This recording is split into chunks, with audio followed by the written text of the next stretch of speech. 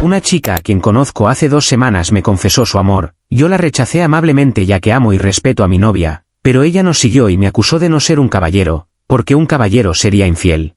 La vi agarrarle el brazo a Elena como si tuviera derecho. La escuché decirle, con gente alrededor, que no era suficiente mujer para mí. Y entendí en ese instante que esa chica no estaba enamorada, estaba hambrienta de espectáculo. Me llamo Damián, y aunque suene aburrido, yo soy de los que creen que la lealtad se demuestra cuando nadie te está mirando. Llevo 3 años con Elena, mi novia, y nuestra relación siempre ha sido lo contrario a un circo, tranquila, honesta y con esa confianza rara que se construye cuando los dos cumplen lo que prometen. No somos la pareja perfecta de fotos, somos la pareja que se respeta incluso cuando está cansada.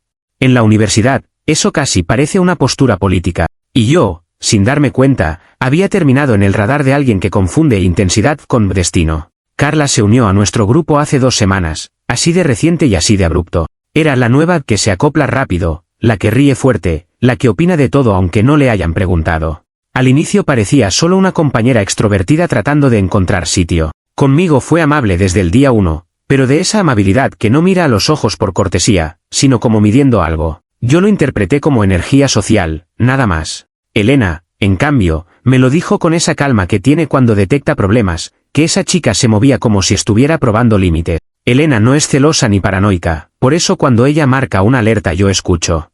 Me dijo que Carla la observaba demasiado, que cuando yo hablaba Carla se metía con bromas que sonaban a testeo, como si quisiera ver qué tanto permitía yo. Yo, ingenuo, lo atribuí a torpeza social.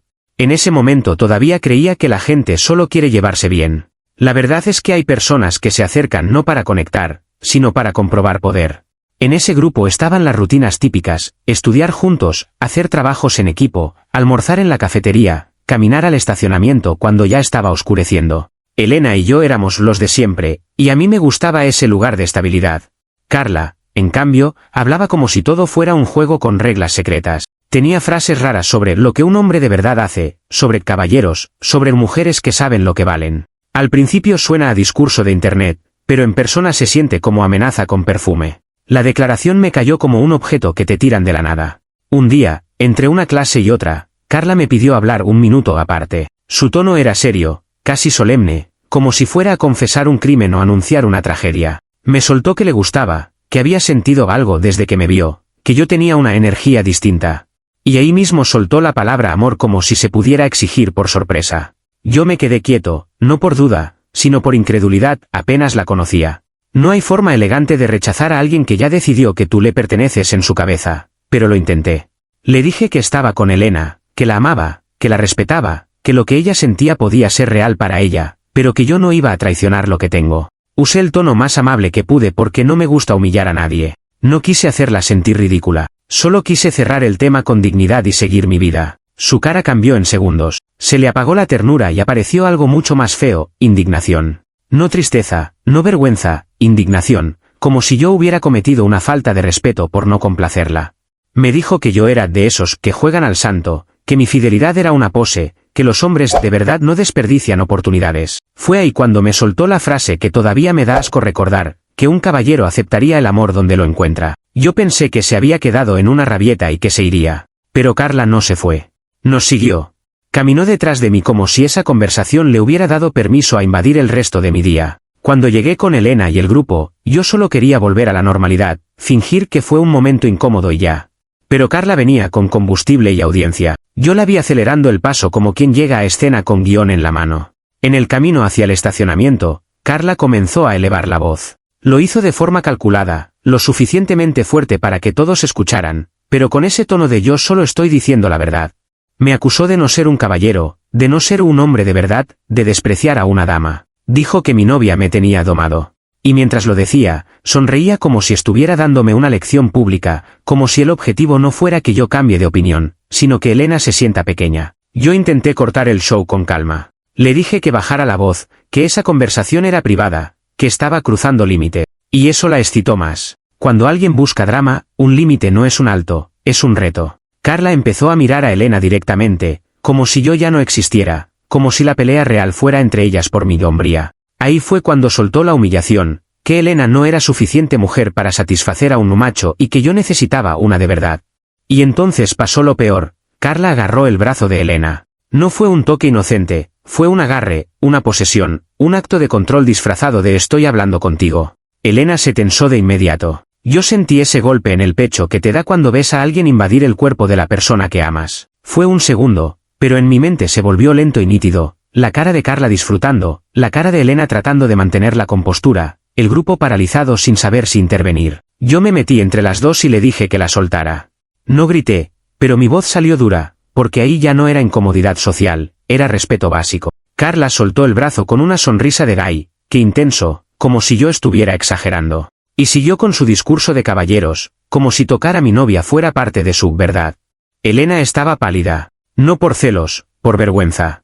La habían atacado con un insulto diseñado para herir donde más duele, feminidad, valor, comparación. Ahí fue donde entendí. Carla no quería que yo cayera. Quería que Elena se quebrara. Quería demostrar poder delante del grupo.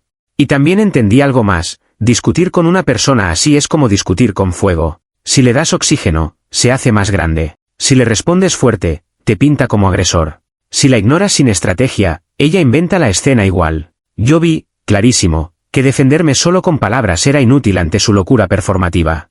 Así que tomé una decisión que me costó tragarme el orgullo, no confrontarla allí, no darle el clímax que quería. Me limité a decir que se terminaba la conversación, que no iba a hablar más con ella, y me fui con Elena. Carla se quedó gritando algo sobre valentía y caballeros mientras nosotros caminábamos sin mirar atrás. Yo sabía que, si la encaraba, esa noche terminaba con un vídeo, un chisme o un grupo dividido. Carla quería un villano. Yo no le iba a regalar el papel.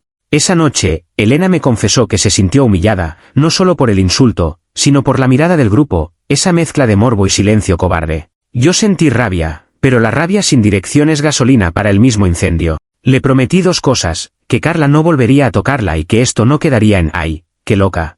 Porque si lo dejábamos pasar, Carla lo interpretaría como victoria. Y si algo me enseñó la universidad es que los abusivos se alimentan de la incomodidad ajena. Pero yo también sabía que no podía atacarla frontalmente. No podía empezar una guerra de gritos o de versiones. Carla vive de eso. Entonces hice algo frío, casi ajedrecístico, decidí usar su propia lógica retorcida como una jaula. Si ella cree que un caballero debe ser infiel, entonces la iba a llevar a un escenario donde esa idea quedara expuesta como lo que es, un delirio manipulador. Mi primera decisión estratégica fue no confrontarla, sino tenderle una trampa social de la que no pudiera escapar.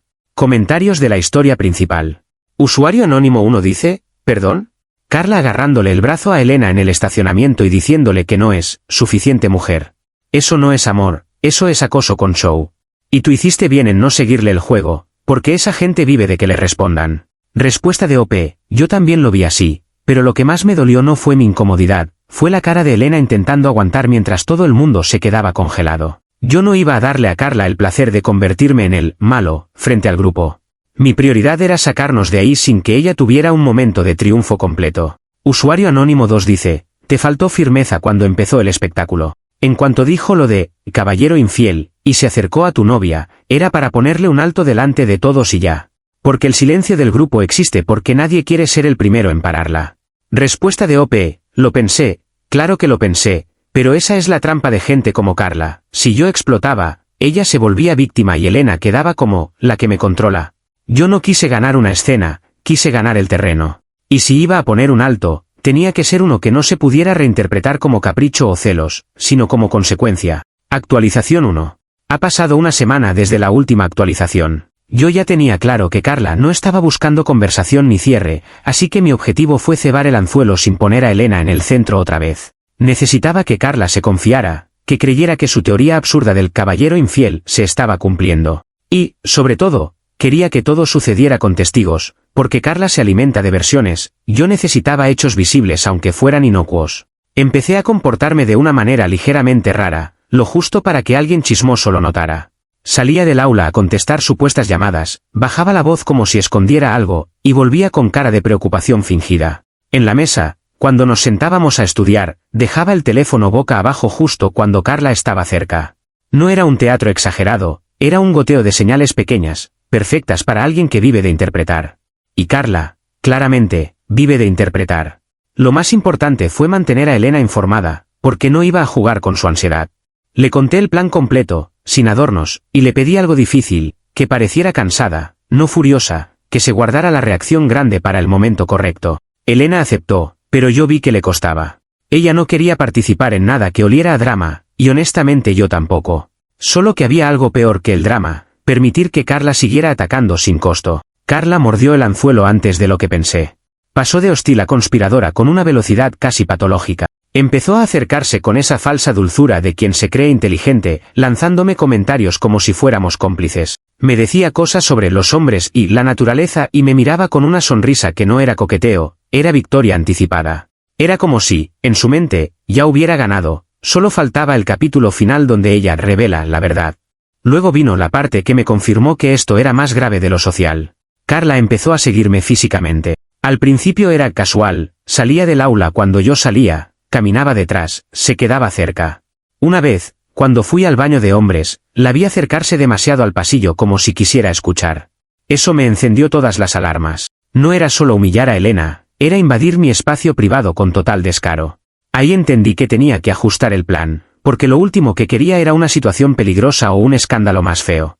Me adapté sin confrontación directa, porque confrontarla era lo que ella quería. Antes de entrar al baño, fingí una discusión acalorada por teléfono en el pasillo, con la voz lo suficientemente alta para que Carla la oyera sin que yo tuviera que mirarla. Dije frases cuidadosamente elegidas para su mente obsesiva, como si yo estuviera ocultando algo enorme. Solté ese "no puedo decírselo a Elena todavía", sería el fin, con un dramatismo casi ridículo. Y sentí, de reojo, como Carla se detenía. Lo más asqueroso fue ver la sonrisa. No era una sonrisa de pobrecito, era una sonrisa de cazadora. Se quedó quieta, saboreando la idea de que tenía una munición nuclear para destruir lo que Elena y yo teníamos. Yo no sentí culpa por manipular su curiosidad, sentí repulsión por lo fácil que le resultaba querer destruir a alguien. En ese momento, mi plan dejó de ser solo ponerla en su lugar y pasó a ser cortarle el poder social. Durante los días siguientes, Carla actuó como si ya tuviera autoridad moral sobre mí. Me hablaba con tono de superioridad, como si ella estuviera a punto de salvar a Elena de mí o corregirme como hombre. Y yo seguí alimentando la ilusión, pero con cuidado, sin meter a terceros, sin inventar amantes, sin nada ilegal o raro. Solo insinuaciones, solo nerviosismo, solo ese humo que ella misma convertía en incendio en su cabeza. La trampa, sin embargo, necesitaba una escena de cierre. Y Carla me la ofreció sola, con su ego al volante. Ayer se me acercó con esa dulzura falsa y me dijo que deberíamos reunirnos todos para hablar de honestidad. Lo dijo como si fuera una profesora de moral, como si estuviera haciendo un bien. Y yo entendí que ella quería un juicio público, con Elena presente, con el grupo mirando, con Carla como fiscal. Yo acepté sin discutir, y ahí vi su cara iluminarse. Fue como darle un dulce a un niño que está a punto de hacer una travesura. Carla empezó a hablar de valentía y caballeros y lo que merecen las mujeres. Yo asentía poco, lo justo para no alertarla. Por dentro, yo estaba midiendo cada detalle, lugar, hora, quiénes suelen estar, quiénes son los más chismosos. Porque si Carla quería audiencia, yo también. Esa noche, Elena me preguntó si estaba seguro. Yo le dije la verdad, que no quería pelear, quería cerrar. Que Carla ya había cruzado una línea física y una línea moral, y que si no la frenábamos, lo siguiente sería peor. Elena respiró hondo y me dijo que confiaba en mí, pero me pidió algo claro, que esto no terminara con ella sintiéndose expuesta otra vez. Y esa fue mi regla principal, Carla no iba a volver a usar a Elena como saco de boxeo. Al final de la semana, Carla ya estaba tan convencida de su historia que ni siquiera disimulaba la emoción. Empezó a decirle a gente del grupo que algo pasaba conmigo, que ella solo quería que Elena supiera la verdad. Preparó el terreno como quien coloca sillas para su propio show. Y yo, en silencio, preparé el escenario para que el show se le volviera en contra. Cuando Carla me escribió confirmando la reunión, supe que la puerta estaba abierta. La trampa no consistía en humillarla porque sí. Consistía en dejar que ella misma, con su lógica enferma, se exhibiera frente a todos. Si Carla quería demostrar que un caballero debe ser infiel, iba a tener que tragarse esa idea en público. Y por primera vez desde el estacionamiento, sentí una calma rara, la calma de quien ya decidió el final. Comentarios de la actualización 1. Usuario anónimo 1 dice, o sea, Carla intentó seguirte hasta el baño de hombres para escuchar. Eso ya no es intensidad, eso es acoso. Y que se ponga en modo conspiradora, porque cree que eres infiel, esa chica está viviendo una novela en su cabeza. Respuesta de OP, exacto, y por eso dejé de verlo como una escena incómoda, y empecé a verlo como alguien que necesita límites externos, no negociaciones. Yo no quería que esto escalara a algo peligroso, así que lo ajusté para que todo se definiera con testigos y con su propia boca, no con rumores. Usuario anónimo 2 dice, tu plan suena inteligente, pero cuidado, Al jugar con insinuaciones, también estás alimentando su obsesión. Y Elena no tiene por qué aguantar otra intervención pública por culpa de una loca. Respuesta de OP, tienes razón en el riesgo, y por eso mantuve todo en señales mínimas, nada de inventar terceros ni dar información real. El objetivo no es crear un monstruo, es ponerle un espejo. Y lo de Elena es prioridad, la reunión se va a manejar para que Carla quede expuesta sin que Elena tenga que suplicar respeto ni defender su valor frente a nadie. Actualización 2. Ha pasado 2 días desde la última actualización. La idea de Carla era obvia, montar una intervención pública para desenmascararme y dejar a Elena hecha polvo frente al grupo, como si eso la convirtiera en heroína. Mi objetivo, en cambio, era otro, darle el escenario que pedía, pero con un guión donde la villana no pudiera salirse por la tangente. Necesitaba una audiencia suficiente para que no pudiera reescribir lo ocurrido después, y un detonante tan concreto que su narrativa se rompiera sola. Así que acepté la reunión en la cafetería como quien acepta ir a una sala de juicio sabiendo que el fiscal trae pruebas falsas. Antes de ir, hablé con Elena con una honestidad quirúrgica, porque no iba a exponerla a otra sorpresa. Le dije que Carla estaba preparando algo agresivo, que yo tenía un plan para girarlo, y que lo único que necesitaba de ella era presencia y calma, no actuación. Elena se quedó callada un rato y luego me confesó que le daba ansiedad volver a estar en el centro de una escena. Yo la entendí, porque el estacionamiento todavía estaba fresco, y lo peor de la humillación es que se queda pegada como olor. Le prometí que si en algún punto ella quería irse, nos íbamos, sin discusión. Llegamos a la cafetería y ya desde lejos se notaba que Carla venía armada de actitud. Estaba sentada como si presidir una mesa le diera rango, con esa postura recta y esa cara de superioridad moral que solo tiene quien se inventó una causa. Había varias personas del grupo alrededor, y también un par de conocidos que ni siquiera eran cercanos, atraídos por el rumor como mosca. Carla había hecho su trabajo, había audiencia. Lo que no sabía es que la audiencia también sirve para enterrarte cuando te pasas de lista. Yo entré con una carpeta roja bajo el brazo, como si fuera un secreto importante. No era exageración teatral, era un detalle visual calculado, lo suficientemente llamativo para que Carla fijara la atención ahí. Además, mi actuación de nervios estaba medida, manos un poco tensas, respiración más corta, mirada que evita el contacto por segundos. Carla lo interpretó exactamente como quería, culpa. Vi cómo se le dilataba esa sonrisa de «te tengo». Carla empezó con la voz suave, la de falsa preocupación, diciendo que ella no quería hacer daño, que solo le preocupaba la honestidad y el honor. En cuanto dijo honor, me dieron ganas de reír por dentro, porque ella es la última persona que debería pronunciar esa palabra. Miró a Elena como si le estuviera haciendo un favor, y Elena, aunque intentó mantener calma, se notaba tensa en los hombros. Carla se alimentó de eso y fue subiendo el volumen con cada frase. Luego soltó la bomba que se inventó, que yo había estado actuando raro, escondiendo el teléfono, saliendo a llamadas misteriosas, y que ella, como buena mujer, no podía permitir que Elena siguiera siendo engañada. Lo dijo como si me hubiera atrapado con otra en la cama, cuando en realidad lo único que tenía era su obsesión y su imaginación. Y como no tenía pruebas reales, necesitaba arrebatar algo físico para convertirlo en símbolo. Sus ojos se clavaron en la carpeta roja como si fuera un cofre del tesoro. Yo jugué mi parte y reaccioné como quien intenta proteger un secreto, apretando la carpeta contra el pecho y diciendo que no sabía de qué estaba hablando. Carla se levantó de golpe, y ahí mostró su verdadera cara. No era una amiga preocupada, era una persona que se siente con derecho a invadir. Estiró la mano y me jaló la carpeta con fuerza, tan fuerte que casi se me resbala de los dedos. La cafetería se quedó en silencio un segundo, porque incluso para los que aman el chisme, esa agresividad incomoda. Elena se levantó también, impulsivamente, y dijo que ya no quería estar ahí, que esto era ridículo. Ese fue el único momento donde la situación se me podía ir de las manos, porque si Elena se iba, Carla se quedaba con el trofeo y con la versión. Yo no podía retener a Elena como si fuera parte del show, pero sí podía anclarla con una frase que la devolviera al control. Le tomé la mano con suavidad, no para detenerla a la fuerza, sino para pedirle un segundo de confianza, y le dije que esperara, que dejara que Carla mostrara lo que creía haber encontrado. Esa frase tuvo un efecto extraño, le quitó a Carla la posibilidad de decir que yo estaba escondiendo algo, porque fui yo quien invitó a que lo abriera. Carla, que esperaba verme suplicar, se quedó con una sonrisa congelada y luego se recompuso como si estuviera en un escenario. Dijo que sí, que lo abriría ahí mismo, que era su deber como mujer decente. Y entonces hizo su numerito, puso la carpeta sobre la mesa, miró a todos como esperando aplauso, y la abrió con una sonrisa triunfante. Yo vi el cambio en su cara cuando la primera hoja no era lo que ella esperaba. Sus ojos se movieron rápido, buscando fotos, buscando cartas, buscando cualquier cosa que oliera a amante. Lo que encontró fueron papeles organizados, reservas, recibos, correos impresos, y en grande, arriba de un documento, los nombres, Damián y Elena. Carla pasó de soberbia a confusión en 3 segundos, como si su cerebro se negara a procesar que la realidad no estaba obedeciendo su novela. Elena se inclinó para ver, y su expresión cambió de golpe.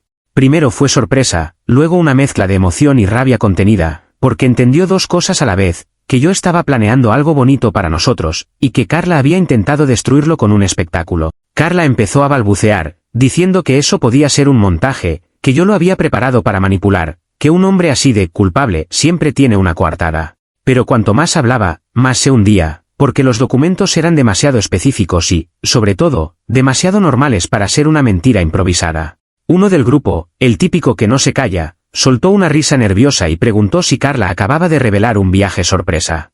Otra persona dijo en voz alta que esto era vergonzoso, que Carla estaba obsesionada. Y ahí sucedió lo que Carla más teme, la audiencia que ella convocó dejó de verla como protagonista y empezó a verla como amenaza. Elena, con una calma fría que yo no le había visto antes, le preguntó por qué estaba tan interesada en mi vida, por qué se atrevía a tocarla, por qué se creía con derecho a juzgar nuestro vínculo. Carla intentó girarlo hacia el tema de los caballeros, diciendo que yo igual era un hipócrita, que eso no demostraba nada, que un caballero puede hacer un gesto romántico y ser infiel también. Pero ya nadie estaba comprando. En ese punto, su discurso sonaba como lo que siempre fue, una excusa para controlar la narrativa.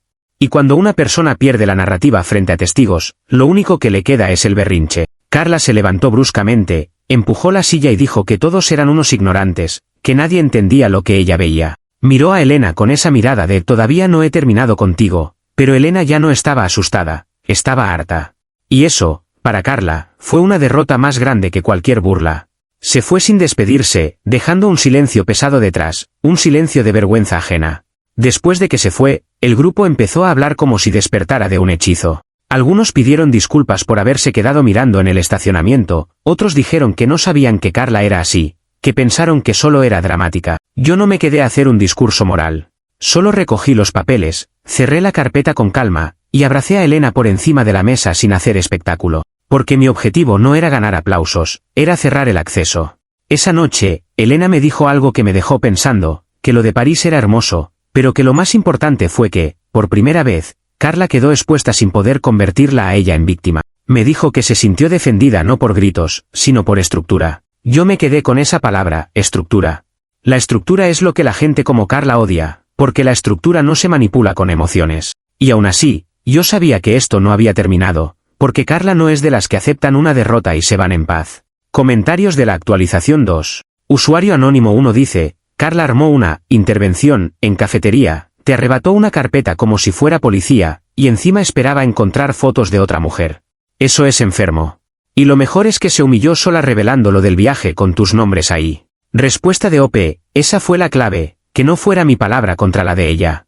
Ella necesitaba algo físico para sostener su novela, y yo le di justo lo que quería, solo que no era lo que imaginaba. A mí no me alegra que se haya humillado, me alegra que el grupo viera el patrón y que Elena no quedara como blanco otra vez. Usuario anónimo 2 dice, tu novia se quería ir y tú la paraste, eso me dio cosa.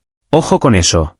Por más que tu plan sea bueno, Elena no tiene por qué quedarse en un show para que tú cierres un arco narrativo. Respuesta de OP, lo entiendo y lo pensé en ese instante. Por eso no la detuve con fuerza ni la obligué, solo le pedí un segundo con claridad y le di una salida real. Si ella decía, me voy, nos íbamos. Pero si se iba justo ahí, Carla se quedaba con la carpeta y con la versión, y Elena iba a cargar con ese miedo por semanas. Ese segundo fue para cambiar quién tenía el control, no para imponerle nada. Actualización 3. Ha pasado un mes desde la última actualización. Lo que pasó en la cafetería no solo dejó a Carla en ridículo, también le cortó el oxígeno social. No desapareció del mapa, pero su presencia dejó de ser cómoda para la gente, y eso es casi una sentencia en un ambiente universitario. Cuando alguien se vuelve la que hace escenas, el grupo empieza a tratarla como bomba sin seguro. Y Carla, que vive de atención, empezó a intentar recuperarla como fuera. La primera consecuencia fue que Carla cambió de estrategia. Dejó de atacarme de frente y se enfocó en insinuar, en sembrar dudas suaves, como veneno en dosis pequeñas. Empezó a decir que lo del viaje era una pantalla, que yo era controlador por planear cosas sin decirle a Elena, que quizá yo estaba manipulando la percepción del grupo. Era desesperación disfrazada de análisis. Pero ya no tenía el mismo efecto, porque la gente la escuchaba con ceja levantada, como quien escucha a alguien que exagera por deporte. El segundo efecto, inesperado, fue que Carla se obsesionó con Elena de una forma más indirecta. No volvió a tocarla, porque ya todos la tenían fichada, pero empezó a aparecer casualmente donde Elena estaba. Se sentaba cerca, la miraba, se metía en conversaciones con comentarios pasivo-agresivos sobre mujeres que se conforman. Elena me lo contaba con ese tono de me da asco, pero no quiero darle poder. Yo veía que ella ya no estaba asustada, estaba en modo frontera. Y eso me hizo sentir orgullo, porque la dignidad se contagia cuando te ves respaldada. La tercera consecuencia llegó por efecto dominó. Carla empezó a quedarse sola. Al principio, 2 o 3 personas aún la escuchaban por curiosidad, pero cuando se dieron cuenta de que todo terminaba en drama, dejaron de invitarla. Carla empezó a perder espacios y con eso, su necesidad de control se volvió más visible. En una clase, interrumpió a un compañero para decir que la gente hipócrita siempre se esconde detrás de gestos románticos. Nadie respondió como antes, solo hubo un silencio incómodo y alguien cambió de tema. Yo, mientras tanto, seguí con mi vida como si Carla fuera ruido de fondo. Eso fue parte del jaque mate, no pelear por el centro del escenario. Con Elena empezamos a preparar el viaje en serio, ya sin esconderlo tanto. No lo hicimos para presumir, sino para que la narrativa quedara clara, somos una pareja estable, no un misterio a resolver. Publicamos una foto sencilla, nada cursi, solo nosotros dos sonriendo con un comentario sobre nuestro aniversario que se acercaba. Fue suficiente para que Carla sintiera que la realidad la estaba expulsando. Y entonces Carla cometió su error final, el que la terminó de hundir. Intentó volver a ser protagonista usando el recurso más barato, una escena pública. Una tarde, en un pasillo concurrido, se acercó a Elena con esa voz alta de yo solo estoy preocupada por ti. Dijo algo como que ella esperaba que Elena algún día abriera los ojos y que los hombres como yo siempre escondían algo. Elena la miró con una calma tan firme que a mí me sorprendió, y le respondió sin elevar la voz que ya era suficiente, que la dejara en paz, que su obsesión no era amor ni sororidad. Carla, al verse sin control, trató de provocar. Se rió, hizo un comentario sobre macho y mujer de verdad, intentando repetir el mismo golpe que funcionó en el estacionamiento. Pero esta vez no estaba el grupo congelado. Esta vez había gente que ya la había visto arrancar una carpeta de las manos de alguien. Un compañero le dijo que ya estaba dando vergüenza.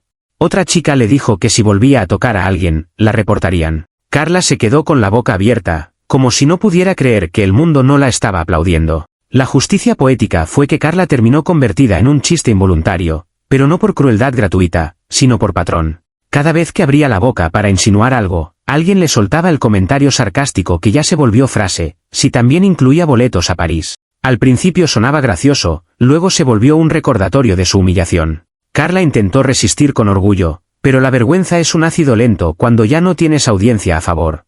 Poco después, dejó de aparecer con el grupo. No fue un exilio formal, fue algo peor para ella, indiferencia. La gente la saludaba por educación y seguía caminando. En un ambiente donde ella quería ser centro, ser fondo era castigo. Y como no pudo soportarlo, se fue buscando otro grupo donde su historia todavía no fuera conocida. Esa fue la verdadera derrota, no que la insultaran, sino que ya no la necesitaran. Elena y yo, por nuestra parte, recuperamos algo que Carla había intentado robar, la tranquilidad. No voy a mentir, ese mes nos dejó más atentos, como cuando te das cuenta de que alguien puede meterse en tu vida si no cierras la puerta. Pero también nos dejó más unidos, porque tuvimos que actuar como equipo. Elena me dijo que, aunque odió la experiencia, le enseñó que ella no tiene que aguantar humillaciones para no quedar como la intensa. Y yo aprendí que poner límites no siempre es gritar, a veces es diseñar un entorno donde el abuso se quede sin alimento. Ahora estamos a días del viaje, afinando detalles, eligiendo qué cosas ver y cuáles dejar para otra vez. Y cuando pienso en Carla, no siento victoria, siento alivio. Porque la venganza no fue destruirla, fue impedir que pudiera destruirnos. Ella intentó separarnos con una idea enferma de caballeros y terminó revelando, frente a todos, el gesto más romántico que he hecho por Elena. Se disparó sola en el pie, y lo hizo con público. Lo último que supe de Carla fue un rumor, que andaba diciendo que yo la arruiné. Y esa frase me confirmó todo. Ella todavía cree que la tragedia fue su humillación, no su acoso. Todavía cree que el problema fue cómo reaccionó la gente, no lo que ella hizo. Pero ya no me corresponde educarla. Mi jaque mate fue simple, no darle más tablero. Comentarios de la actualización 3. Usuario anónimo 1 dice, me encanta que el jaque mate haya sido la indiferencia. Carla quería show, quería ser protagonista, y terminó siendo la chica de los boletos a París. Y qué bien que Elena le respondió firme en el pasillo sin caer en gritos. Respuesta de OP, eso fue lo más importante para mí, que Elena recuperara su voz sin tener que pelear en el terreno de Carla. Yo no quería que ella se ensuciara con ese drama. Al final, Carla perdió porque se quedó sin audiencia y sin acceso, y eso es lo único que realmente le dolió. Usuario Anónimo 2 dice, igual, tu plan fue manipularla. Te salió bien, pero jugaste con fuego. Si ella era capaz de agarrar el brazo de tu novia y seguirte al baño, también era capaz de inventar una acusación más grave. Respuesta de OP, tienes razón en que era un riesgo, y por eso el plan nunca dependió de mentiras grandes ni de pruebas. Fue solo dejar que su obsesión se exhibiera con cosas reales y neutrales. Si yo intentaba aplastarla con fuerza, ella se victimizaba y escalaba. Así, en cambio, lo que escaló fue su propia incoherencia frente a testigos. Y aún así, después de esto, la regla quedó clara, límites, distancia y cero acceso.